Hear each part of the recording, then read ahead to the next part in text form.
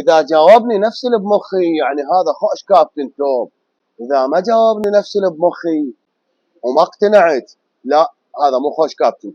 لما تفوت تسالني سؤال واجاوبك جواب مو اللي بمخك، مو معناته اني ما افتهم، لا، معناته مخك ما يريد يستوعب الاجابه الصحيحه، لانه انت عايش على القال والقلت.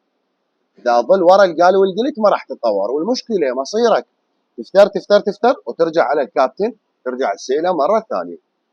حاول هذا شويه تطور من عنده، تستقبل عادي.